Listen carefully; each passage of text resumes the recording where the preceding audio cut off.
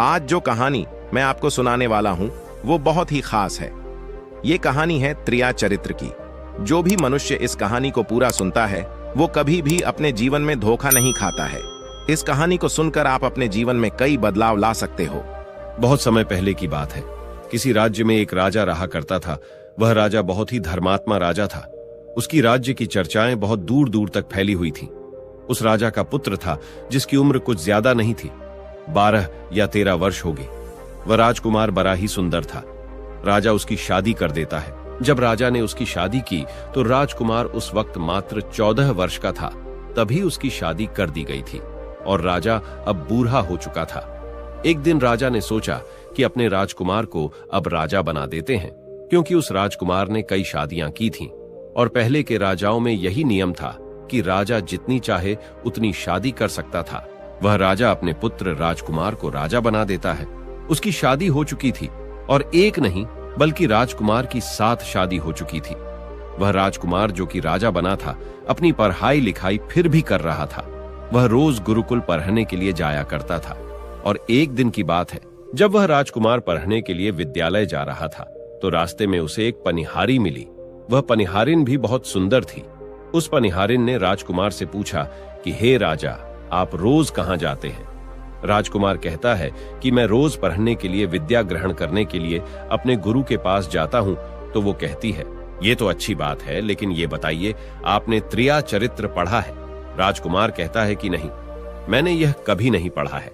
फिर पनिहारिन कहती है कि आप त्रिया चरित्र अवश्य पढ़ो। राजकुमार कहता है कि यह त्रिया चरित्र क्या होता है? पनिहारी ने कहा कि आप यह बात अपने गुरु से जाकर पूछना और त्रिया चरित्र को अवश्य ही पढ़ना। राजकुमार कहता है कि मैं आज ही जाऊंगा और अपने गुरु से जाकर पूछ लूंगा कि आपने मुझे त्रिया चरित्र क्यों नहीं पढ़ाया।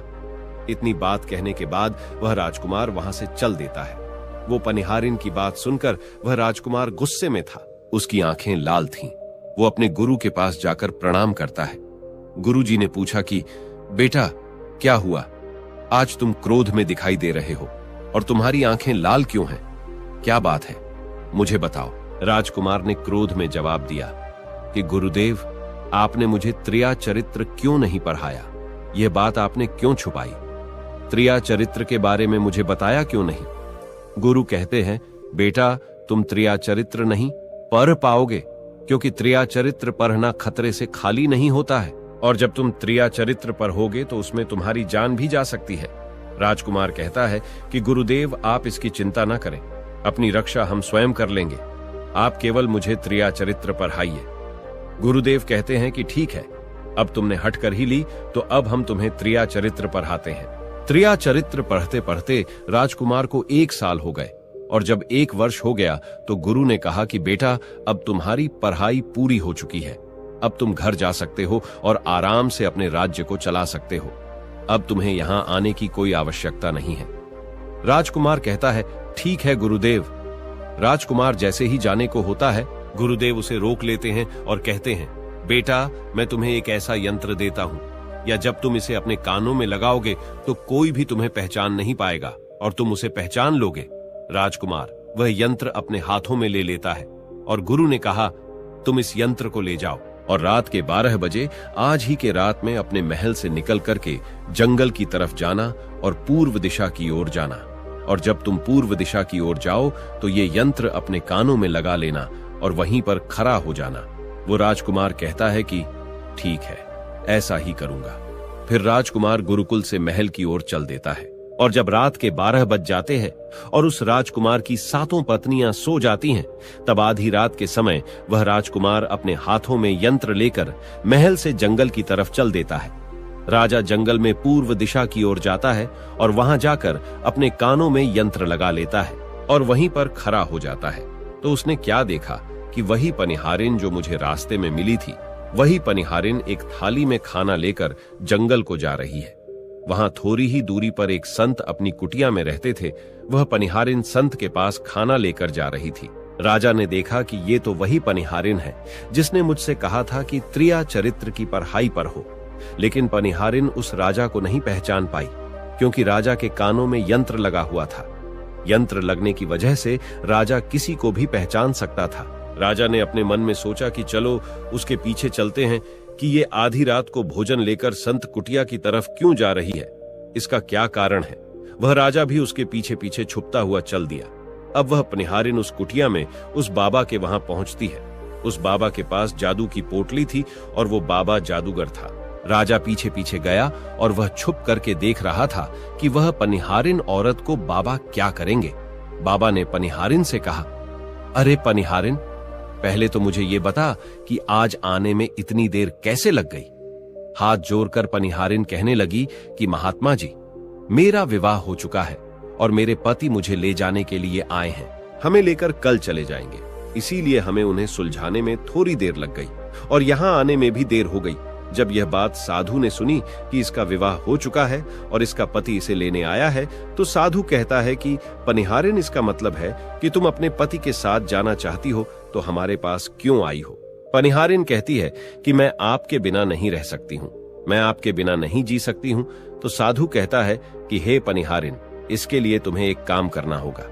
साधु एक बड़ा सा चाकू निकलता है और पनिहारिन से कहता है कि हे पनिहारिन, जाओ अपने पति के गर्दन काटकर यहां लेकर आ जाओ। अपने उस पति को मार दो जो हमारे और तुम्हारे बीच में दरार बन रहा है, तब मैं तुम्हें रख लूंगा, तुमसे विवाह करूंगा, तुम्हें अपनी पत्नी बनाऊंगा। बिना कुछ सोचे समझे वो चाकू को ले लेती है और दौड़ते हुए अपने घर जाती है और उसका पति सो रहा था। वहां जाकर अपने पति की गर्दन काट देती है और उसकी गर्दन को लेकर साधु के पास आती है और जो राजकुमार थे उसके पीछे पीछे उसका सारा कारनामा देख रहे थे। जब साधु ने देखा कि अपने पति को मार करके उसकी गर्दन यहां लेकर आई है, साधु को बहुत गुस्सा आया और उसने उसे लात मारी और कहा, भाग जाओ यहां से। जब तू अपने पति की नहीं हो सकी, जिसके साथ तूने 7 फेरे लिए, तो तू मेरी क्या होगी। जल्दी भाग जाओ यहां से। अगर तुम मेरे पास दोबारा आई तो मैं तुझे जीवित नहीं छोड़ूंगा।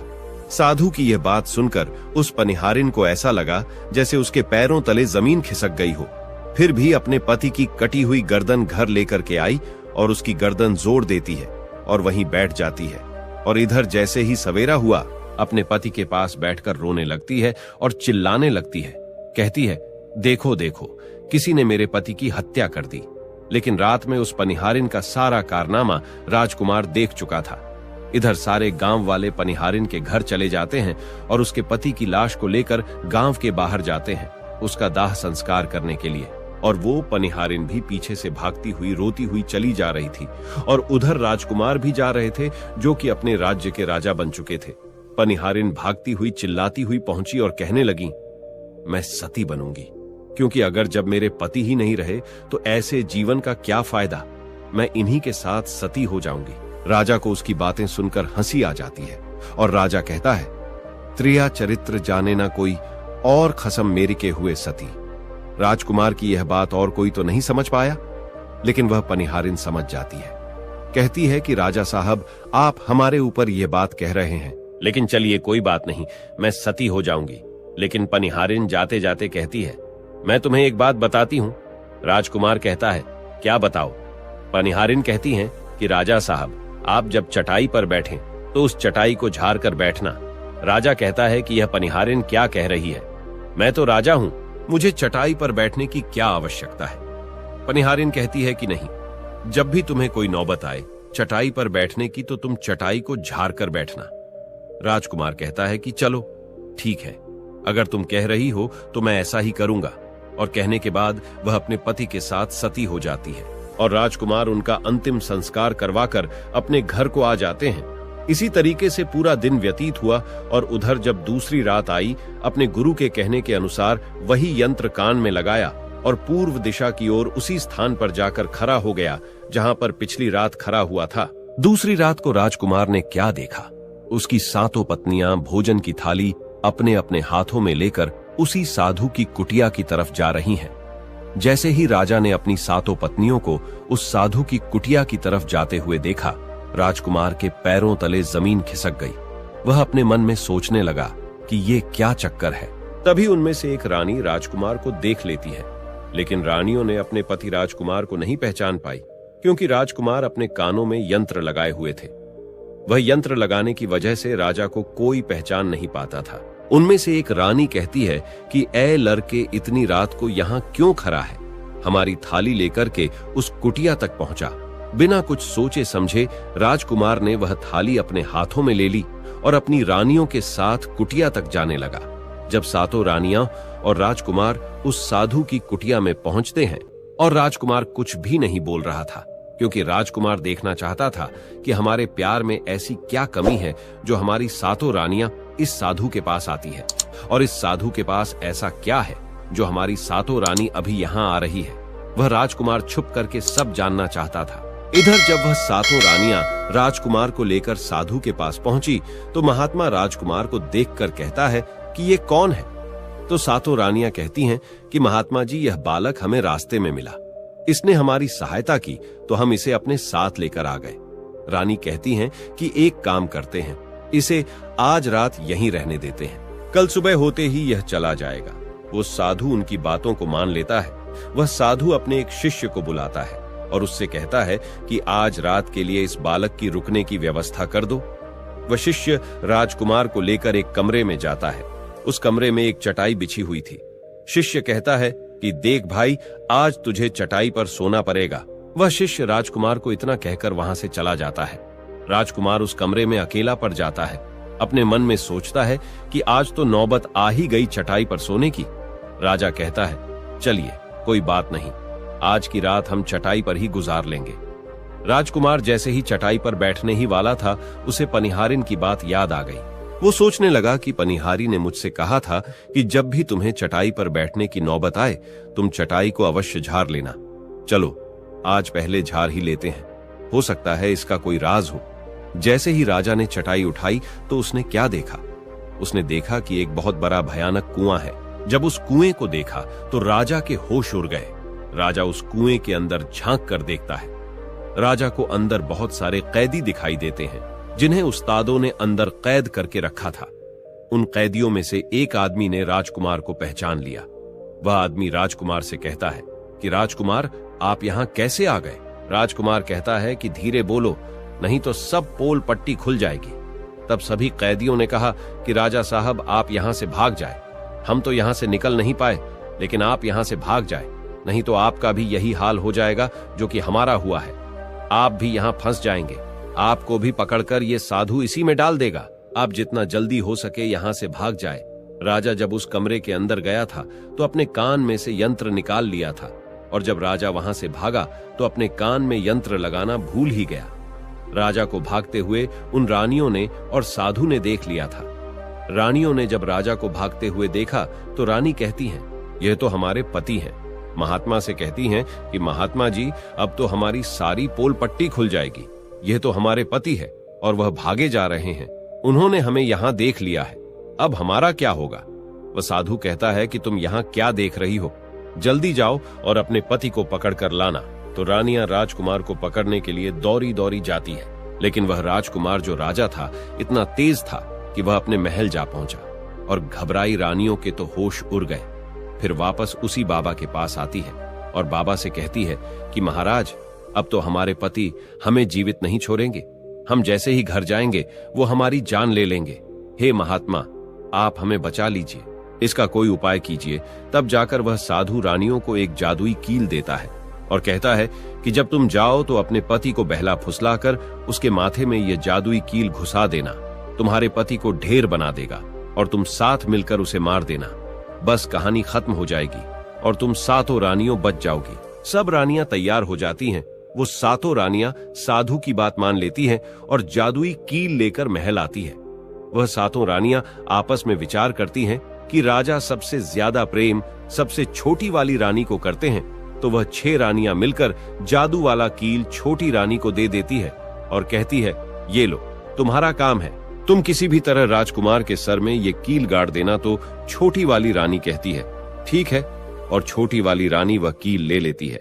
जब राजा ने उन सातों रानियों को आते हुए देखा तो क्रोध में कहा कि पहले तुम यहीं रुको, पहले मुझे ये बताओ कि हमारे राज्य में और हम में ऐसी क्या कमी है कि तुम आधी रात को उस साधु के पास जाते हो। इसका क्या कारण है? पहले तुम मुझे ये बताओ। तो सातों रानियां हाथ जोड़कर कहती हैं, महाराज, हमें माफ कर दीजिए, हमें लगता है कि उस साधु बाबा ने हम पर कोई जादू टोना कर दिया था, इसीलिए हमसे ऐसी गलती हो गई। आइंदा ऐसी गलती हमसे कभी नहीं होगी। छोटी रानी की ऐसी बातें सुनकर राजा उनकी बातों को मान लेता है, क्योंकि वह राजा छोटी रानी से बहुत प्रेम करता था। वह राजा भी सोचने लगता है कि शायद उस बाबा ने ही इन पर कोई जादू टोना किया होगा, और अपनी 7 पत्नियों को माफ कर देता है और कहता है, ठीक है, तुम अपने कमरे में चली जाओ। सबसे छोटी रानी, जिससे राजकुमार बहुत प्रेम करता था, वह राजकुमार को खाना खिलाती है और राजकुमार को सुला देती है। जब वह राजा सो गया तो वह 6 रानियां भी वहीं आ जाती हैं। सबसे छोटी रानी जो थी वह जादुई कील निकालती है और राजा के सर में घुसा देती है। छोटी रानी ने कील जैसे ही ठोकी, राजा पूरा तेजी से उठा, लेकिन इतने समय में वह ढेर बन चुका था।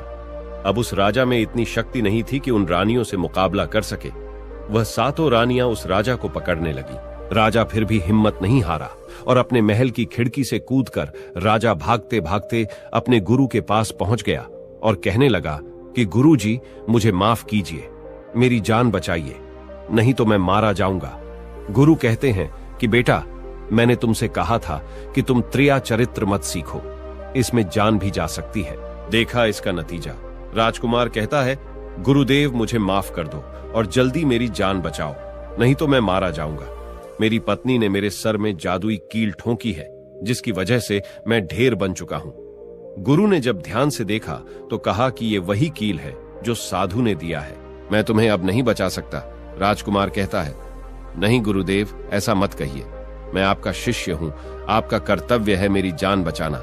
तो अब गुरु कहते हैं कि हे बेटा, मैं तुम्हें बचा तो नहीं सकता, लेकिन एक उपाय है। राजकुमार कहता है, क्या उपाय है गुरुदेव? गुरु कहते हैं कि हम तुम्हें तोता बना देंगे, और जब हम तुम्हें तोता बना देंगे तो तुम सुखवाद राजा के राज्य में चले जाना और वहीं जाकर रहना, क्योंकि सुखवाद राज्य में वह साधु का जादू नहीं चलता है। और तुम्हें जब बहुत प्रेम करने वाली स्त्री मिलेगी तो तुम पुनः राजकुमार बन जाओगे। वह राजकुमार कहता है, ठीक है गुरुदेव, आप हमें तोता बना दीजिए। तो वह गुरुदेव उसे तोता बना देते हैं, और वह तोता बनने के बाद वहां से ऊरा और सुखवाद राजा के राज्य में चला गया। जहां पर बहुत सारे तोता रहते थे वहीं जाकर रहने लगा, और 7 रानियों उस राजकुमार को खोज रही थी। जब राजकुमार नहीं मिला तो फिर से उस बाबा के पास जाती है और कहती हैं कि बाबा जी, वह रात को राजा भाग चुका है, आप अपनी पोटली निकालिए और देखें कि वह कहां है। तो वह महात्मा अपना पोटली खोलता है और देखने लगता है कि वह राजकुमार तोता बनकर के सुखवाद राजा के राज्य में रह रहा है। वो साधु यह सारी बात रानियों को बताता है। तो रानियां कहती हैं कि स्वामी, अब क्या करें? वह साधु कहता है कि अब तुम अपने राजमहल में जाओ और जाकर के घोषणा कर दो कि जो भी तोता पकड़ करके लाएगा, हम उसे 5 सोने के सिक्के देंगे। 7 रानियों अपने महल पहुंचते हैं और वहां पर घोषणा कर देती है कि सभी बहेलियां से कह दो कि जो भी तोता पकड़कर लाएगा, हम उसे 5 सोने के सिक्के देंगे। उस राज्य के जितने बहेलियां थे वो तोता पकड़ने के लिए चारों तरफ घूमने लगते हैं, और जो भी तोता पकड़ते वो रानी के पास जाते और 5 सोने के सिक्के ले लेते थे और वहां से चले जाते, और वह 7 रानियां उस तोते को मार देती। ऐसे ही धीरे धीरे बहुत समय निकल गया, और वो राजकुमार जो तोता बनकर जहां गया था वहां सारे तोताओं से बहुत अच्छी अच्छी बातें करता था, उन्हें बहुत ज्ञान की बातें बताता था।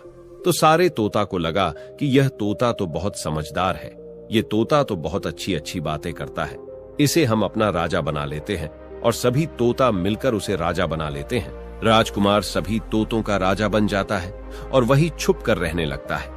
एक बहेलिया तोता पकड़ते पकड़ते सुखवाद राजा के राज में पहुंच जाता है, और वह उसी पैर के पास पहुंच जाता है जहां पर वह राजकुमार तोता बनकर छुप कर रहता था। जब उस बहेलिये ने इतने सारे तोते को देखा तो अपने मन में सोचा कि अगर हम इतने सारे तोते पकड़कर रानी के पास ले जाएंगे तो हमें बहुत सारी सोने के सिक्के मिल जाएंगे। लेकिन वह बहेलिया सोचता है कि हम इतने सारे तोतों को पकड़ेंगे कैसे। तो जैसे ही सुबह हुई, उस पैर से सारे तोता उड़कर दाना पानी के लिए बाहर चले जाते हैं, और इधर बहेलिया चाकू से पैर पर चारों तरफ कट लगा देता है, जिससे कि पैर से बहुत सारे गोंद निकल जाते हैं। पैर के चारों तरफ ही गोंद हो जाते हैं। जो लोग गोंद के बारे में नहीं जानते, मैं उन्हें बता दूं कि हर पैर पर एक प्राकृतिक गोंद निकलता है, जिससे हम कुछ भी चिपका सकते हैं। तो दोस्तों, अब बहेलिया सोचता है कि जब भी वह सारे तोते आएंगे, इस पैर पर बैठेंगे, वह सभी इस पैर में चिपक जाएंगे और मैं आसानी से उन्हें लेकर चला जाऊंगा। बहेलिया वहीं छिप करके देखने लगा और जब शाम हुई, सारे तोता वापस आए और वह तोता जैसे ही पैर पर बैठे, सभी का पैर उस गोंद में चिपक गया, क्योंकि पूरे पैर में गोंद ही गोंद लगा हुआ था। अब तो सारे तोते परेशान हो गए।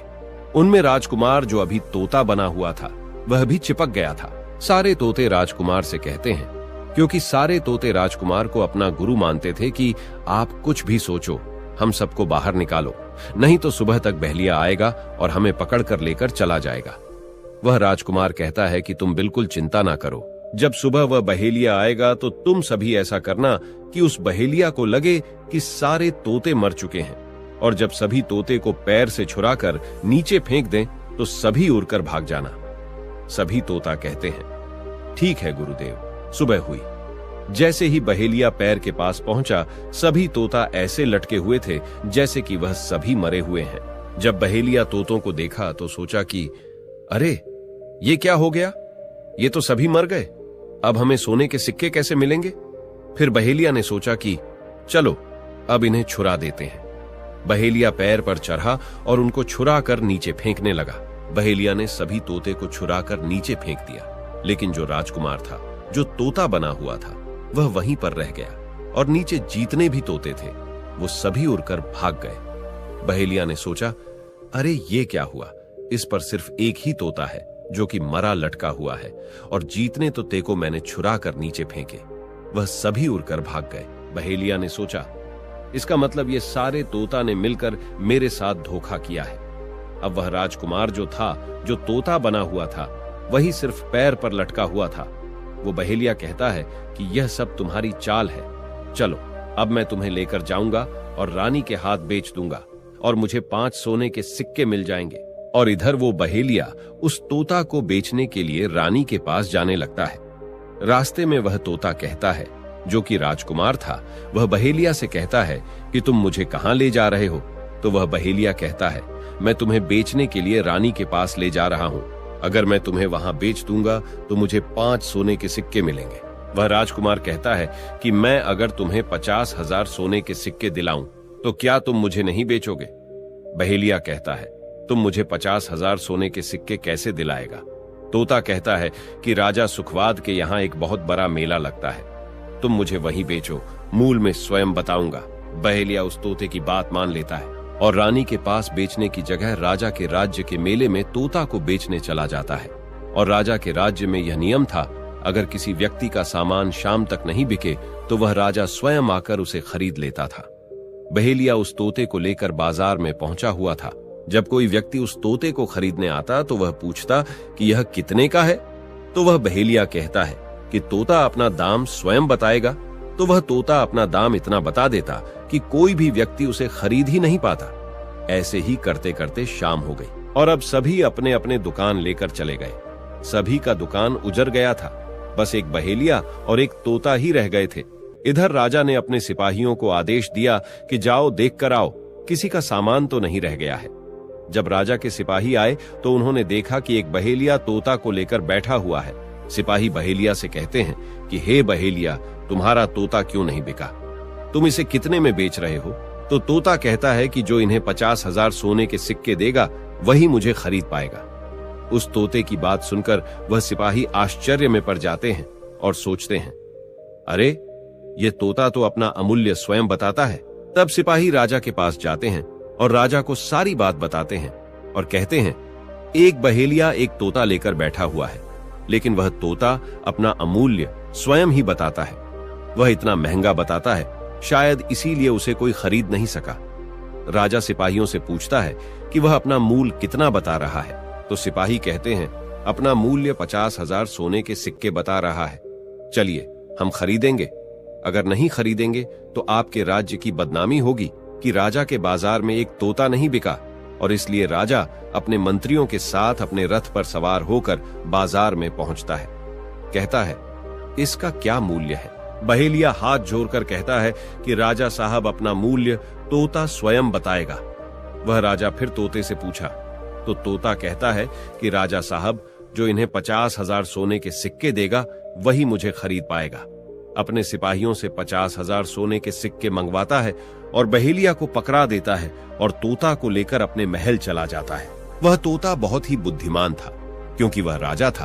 वह तोता राजा को बहुत अच्छी अच्छी बातें बताने लगा। जब राजा पर कोई खतरा आने वाला होता तभी वह तोता बता देता कि राजा साहब, आप पर यह खतरा आने वाला है, और इसी तरह सब उस तोते से बहुत अधिक प्रेम करने लगते हैं। जब यह बात रानियों को पता चला कि राजा ऐसा तोता लेकर आए हैं जो कि बोलता भी है और बहुत अच्छी अच्छी बातें बताता है, तो रानियां राजा से कहती हैं, उस तोता को मेरे पास भिजवा दीजिए, हम भी उस तोता को देखना चाहते हैं, हम उस तोता से बातें करना चाहते हैं। राजा अपने मंत्रियों से कहकर वह तोता रानियों के पास भिजवा देता है। रानी उस तोते से बातें करके बहुत खुश हो जाती है। वो रानी भी तोते से बहुत प्रेम करने लगती है और कहती हैं कि वाह रे तोता, इसीलिए तुझे राजा साहेब ने 50,000 सोने के सिक्के देकर खरीदा है।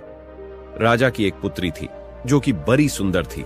रानी अपनी पुत्री से कहती है कि आज से तुम ही इस तोते का ध्यान रखोगे और कल तुम इसे अच्छे से धोकर नहला देना।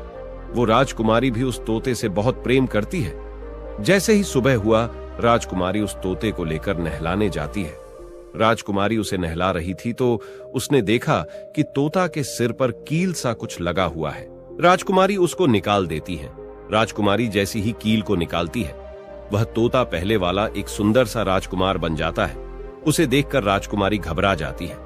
राजकुमार कहता है कि तुम घबराओ नहीं, ये कील वापस से मेरे सर में लगा दो तो मैं फिर से तोता बन जाऊंगा, और इसके बारे में मैं तुम्हें रात्रि में बताऊंगा। तुरंत ही वह राजकुमारी वह कील राजकुमार के सर में लगा देती है और वह वापस से तोता बन जाता है। रात को राजकुमारी तोते को लेकर अपने कमरे में जाती है और उसके सर से कील निकाल देती है और वह तोता फिर से राजकुमार बन जाता है। वह राजकुमार अपनी सारी दास्तां उस राजकुमारी को बताता है और कहता है, माफ करना, यह दास्तां तुम किसी को बताना नहीं तो मेरी जान चली जाएगी। राजकुमारी इसके बारे में अपनी माता और पिता को भी नहीं बताती है। दिन भर वह तोता रहता है और रात को राजकुमारी उस तोते को अपने कमरे में ले जाती और उसके माथे से कील निकाल देती और वह राजकुमार बन जाता, और रात में वह दोनों साथ में ही रहते, और ऐसे ही धीरे धीरे समय निकलता गया। राजकुमारी को राजकुमार से प्रेम हो जाता है। इधर क्या हुआ, जो राजकुमार की पत्नियां थीं वह बहुत सारे तोते मरवा देती हैं, लेकिन जो राजकुमार तोता बना हुआ था वह उन्हें नहीं मिलता है, और वे उसी साधु के पास जाती हैं और कहती है कि हे महात्मा, हमारे पति तो अभी तक हमें नहीं मिले, हम अब क्या करें, उन्हें कैसे मारें। वो साधु फिर से अपनी पोटली खोलता है और देखता है कि वह राजकुमार अभी तक तोता बन के राजा के घर में रह रहा है। वह साधु रानियों से कहता है कि तुम एक काम करो कि तुम नृत्य कला सीखो। हम सभी मिलकर उस राजा के घर नृत्य कला करने जाएंगे, और जब राजा हम पर प्रसन्न हो जाएगा और हमें कुछ मांगने को कहेगा तो हम उस तोते को ही मांग लेंगे और फिर आसानी से उसे मार देंगे। धीरे धीरे समय बीता। साधु तबला बजाता और सातों रानी पूरी तरह से नृत्य कला सीख चुकी थी। अब साधु को लगा कि हम सफलता प्राप्त कर सकते हैं और उस तोते को उस राजा से मांग सकते हैं। साधु का भेष बदल करके उन सातों रानियों को नृत्य कला वाली स्त्री बनाकर के राजा के दरबार में पहुंच गया। राजा उस साधु से पूछता है कि आप लोग कौन हैं, यहाँ क्यों आए हैं। तब साधु कहता है कि हम सब नृत्य कला वाले हैं, आपके महल में हम नृत्य कला दिखाना चाहते हैं। राजा को भी गाने और बजाने का बहुत शौक था, वह मान जाते हैं। उधर वह साधु अपना गाना बजाना चालू करता है। जब उनकी गाने बजाने की आवाज तोता के कानों में पहुंची तो तोता समझ गया कि वह साधु हमारी सातों रानियों को लेकर भेष बदल कर यहाँ पर आ गया है, अब हमारी जान नहीं बचेगी। लेकिन जब राजकुमारी उस तोते को लेकर अपने कमरे में जाती है, उस तोते के सर से कील निकालती है और वह तोता राजकुमार बन जाता है, और वह राजकुमार सारी बातें उस राजकुमारी को बताता है। कहता है कि देखो, जो यह गाने बजाने वाले आए हैं यह वही साधु हैं। यह गाने बजाने से राजा को खुश कर देगा और बदले में मुझे मांग लेगा और ले जाकर मुझे मार देगा। वह राजकुमार कहता है कि सुनो राजकुमारी, जब राजा आदेश दें कि तोता को लेकर आओ तो तुम मुझे मत देना। जब राजा खुद यही मुझे लेने आए तब भी तुम मुझे मत देना, कहना कि तोता को नहीं दूंगी। और जब राजा ना माने, राजा तुमसे जिद करें और मुझे मांगे, तब तुम गुस्से में आकर के पिंजरे को फेंक देना। उसके बाद मैं अपने बचने का रास्ता हम स्वयं ही ढूंढ लेंगे। राजकुमारी कहती है कि ठीक है, और वहां गाना बजाना हुआ तो राजा प्रसन्न होकर उन्हें कहते हैं कि मांगो, क्या मांगना चाहते हो। वह साधु कहता है कि जो आपके पास तोता है, जो आप कुछ दिनों पहले ही खरीदे हैं, वह तोता आप मुझे दे दो। राजा कहता है ठीक है। राजा अपने मंत्री को आदेश देता है कि जाओ उस तोते को लेकर आओ। मंत्री राजकुमारी के पास पहुंचता है और कहता है कि यह तोता मुझे दे दो। राजकुमारी कहती है नहीं दूंगी। मंत्री कहता है कि देखिए, आप जिद मत कीजिए। राजकुमारी कहती है कि तुम जाओ और मेरे पिताजी को यहां भेज दो, वह आकर इसे ले जाएंगे। मंत्री राजा को जाकर सारी बात बताता है। राजा स्वयं आता है उस तोते को लेने के लिए। वह राजा जाकर कहता है कि बेटे, यह तोता मुझे दे दो, यह नृत्य कला वाले को देना है जो यहाँ गाना बजाना किए हैं, यह उन्हें देना है। तो राजकुमारी कहती हैं कि पिताजी, यह तोता मैं नहीं दूंगी। क्रोध में आकर राजा कहने लगा कि बेटी, कैसी बातें कर रही हो, इसे देने का मैंने वादा किया है। जब राजकुमारी ने राजा को क्रोध में देखा तो राजकुमारी को भी गुस्सा आ गया और राजकुमारी गुस्से में पिंजरे को जमीन पर फेंक देती है। वह पिंजरा जैसे ही जमीन पर गिरा वह टूट गया और तोता जो था वो चावल का दाना बन गया। और जैसे ही साधु को ये बात पता चली, साधु भी तुरंत कबूतर बन जाता है और उस दाने को कबूतर झुकने लगता है। उसमें से जो एक दाना था, बस वही राजकुमार था। जैसे ही वह दाना कबूतर झुकने वाला होता है, राजकुमार बाज बन जाता है और एकदम से कबूतर पर झपटता है और उसे मार देता है। इस तरह से उस साधु की मृत्यु हो जाती है। राजा यह सब देखकर आश्चर्यचकित हो जाता है। उस कबूतर को मारकर फिर से तोता बन जाता है और जो राजकुमारी थी उस तोते से कील निकाल देती है और वह फिर से पहले जैसा राजकुमार बन जाता है। वह राजकुमारी अपने पिता को सारी बात बता देती है। वह राजकुमार कहता है कि देखिए राजा साहब, मैं भी एक राजा हूं और मैं आपकी बेटी से प्रेम करता हूं और मैं उनसे शादी करना चाहता हूं। वह राजा अपनी पुत्री से पूछता है कि बेटी, क्या तुम इससे शादी करना चाहती हो? तो राजकुमारी कहती हैं कि पिताजी, मैं इनसे प्रेम करती हूं। और फिर राजकुमार उस राजा की पुत्री से विवाह करके अपने महल जाता है और जो उनके 7 पत्नियां थीं उनको पकड़कर बंदी गृह में बंद करवा देता है और राजकुमार खुशी खुशी उस राजकुमारी के साथ रहने लगता है। दोस्तों, जब कोई स्त्री कभी कभी किसी परिस्थिति में चतुराई या चालाकी दिखाती है या दूसरों को बेवकूफ मानते हुए कोई अभिनय, ढोंग या पाखंड करती है, तो इसे ही त्रिया चरित्र कहते हैं, जिसे पढ़ने के बाद राजा को अपनी जान बचाने के लिए क्या क्या नहीं करना पड़ा, क्योंकि राजा को स्त्री के त्रिया चरित्र की पूरी जानकारी हो चुकी थी कि कैसे जब एक स्त्री को अपना स्वार्थ दिखने लगता है तो वह अपने लोगों को भी बेवकूफ बनाकर अपना स्वार्थ को पूरा करती है और उसके साथ रहने वाले लोगों को इसके बारे में भनक तक नहीं लगता कि यह स्त्री त्रिया चरित्र की खेल कर रही है। दोस्तों, आज के टाइम में हर दूसरा लोग त्रिया चरित्र कर रहा है जिसके अंदर थोड़ा सा भी स्वार्थ है। इसलिए दोस्तों, जो आपके दिल के करीब है उसके बारे में आप पूरी जानकारी रखिए कि उसके अंदर खुद को लेकर कोई स्वार्थ तो नहीं छुपा है, और अगर ऐसा है तो आप उनसे थोड़ा दूर ही रहिए, क्योंकि ऐसे में आपको जिंदगी के हर एक कदम पर धोखा ही मिलेगा, क्योंकि एक स्वार्थी स्त्रियां अपनी स्वार्थ के लिए जिंदगी में कुछ भी कर सकती हैं। तो दोस्तों, आपको ये वीडियो कैसी लगी कमेंट करके जरूर बताएं। वीडियो पसंद आई हो तो लाइक करें, चैनल को सब्सक्राइब करें